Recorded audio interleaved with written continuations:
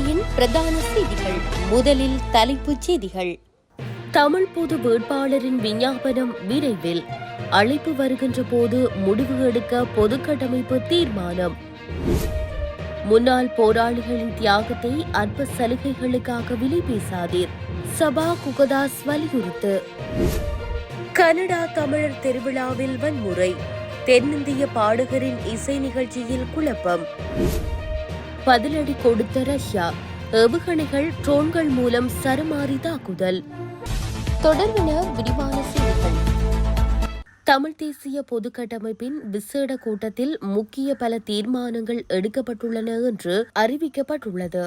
தமிழ் தேசிய பொதுக்கட்டமைப்பு யாழ்ப்பாணத்தில் நேற்று திங்கட்கிழமை ஒன்று கூடி விசேட கலந்துரையாடலில் ஈடுபட்ட போதே இந்த தீர்மானங்கள் எடுக்கப்பட்டுள்ளன. குறிப்பாக தமிழ் பொது வேட்பாளரின் தேர்தல் விஞ்ஞாபனத்தை விரைவில் வெளியிடுவது, தென்னிலங்கையில் இருந்து வருகின்ற அழைப்புகளை ஏற்பதா இல்லையா என்பதை ஒருமித்து முடிவெடுப்பது, வடக்கு கிழக்கில் தேர்தல் பிரச்சாரங்களை முழுவீச்சில் முன்னெடுப்பது உள்ளிட்ட பல்வேறு தீர்மானங்கள் எடுக்கப்பட்டுள்ளன. இதேவேளை நேற்று எடுக்கப்பட்ட இந்த தீர்மானங்கள் அனைத்தையும் தேர்தல் காலம் முடியும் வரையில் அரசியல் கட்சிகளும் சிவில் சமூகத்தினரும் கடைபிடிக்க வேண்டும் என்றும் முடிவு எடுக்கப்பட்டுள்ளது.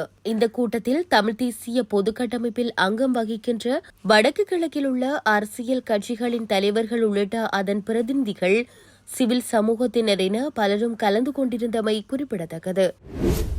விடுதலை போராட்டத்தில் தங்கள் உயிர்களை ஈகம் செய்த மாவீரர்களின் தியாகத்தை ஒட்டுமொத்தமாக விலை பேசுவதை விலை பேசும் தரப்புகள் கைவிட வேண்டும் என முன்னாள் வடக்கு மாகாண சபை உறுப்பினர் சபா குகதாஸ் தெரிவித்துள்ளார். இது தொடர்பில் அவர் நேற்றைய தினம் வெளியிட்ட ஊடக அறிக்கையில், முன்னாள் போராளிகளின் பாதுகாப்பு என்பது ஸ்ரீலங்கா அரசாங்கத்தாலோ அல்லது அதன் படிகளினாலோ கொடுக்கப்பட்டது அல்ல.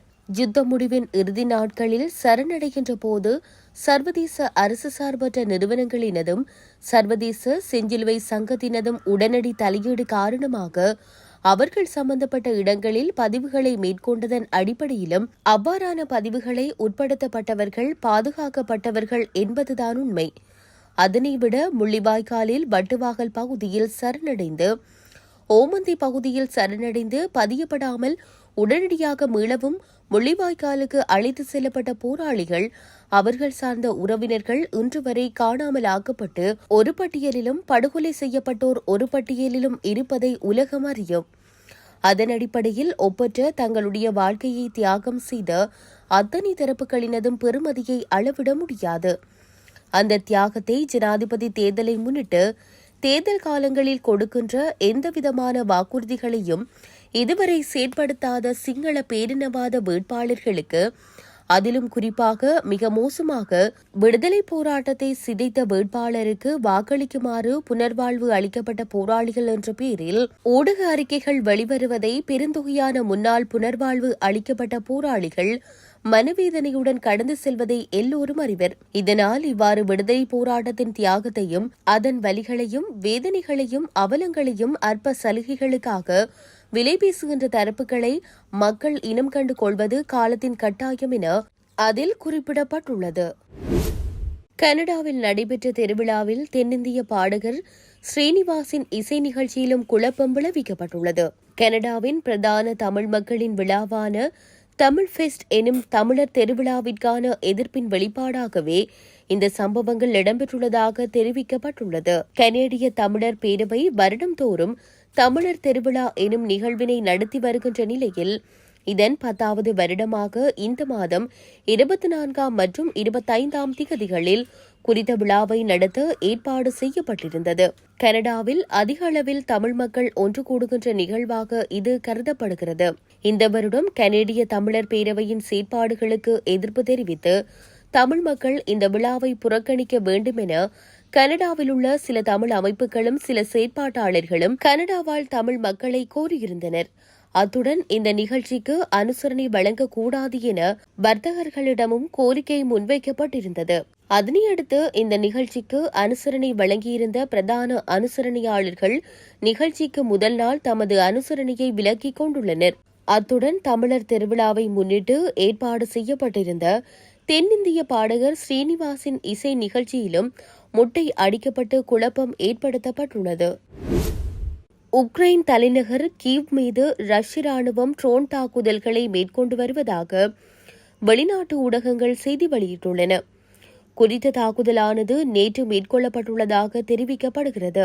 உக்ரைன் தலைநகர் கீவ் மீது ரஷ்ய ராணுவம் ட்ரோன் தாக்குதலை நடத்தியுள்ள நிலையில் இந்த ட்ரோன்களை தங்களின் ராணுவம் தாக்கி அளித்ததாக உக்ரைன் தெரிவித்திருந்தது. இந்த சம்பவத்தில் 4 பேர் உயிரிழந்துள்ளதாக தெரிய வந்துள்ளது. இந்த தாக்குதலுக்கு பதிலடி கொடுக்கும் வகையில் ரஷ்யாவின் சாராதோவ் பகுதியில் உக்ரைன் ட்ரோன்களை ஏவி சரமாரியாக தாக்குதல் நடத்தியுள்ளது. இதன்போது உக்ரைனின் 20 ட்ரோன்களை ரஷ்யா தாக்கி அளித்துள்ளது.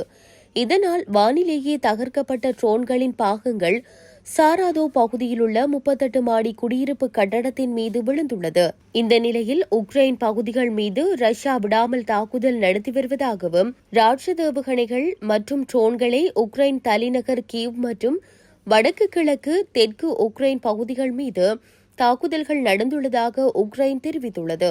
இந்த தாக்குதல்களில் குறைந்தது 4 பேர் கொல்லப்பட்டதுடன் 37 பேர் காயமடைந்துள்ளதாகவும் மற்றும் மேற்கு லூட்ஸ், கிழக்கு டினிப்ரோ மற்றும் தெற்கு சபோரிஜியா பகுதிகளில் உயிரிழப்புகள் பதிவாகியுள்ளதாகவும் தெரிவிக்கப்படுகின்றது. இத்துடன் செய்திகள் யாவும் நிறைவு பெறுகின்றன.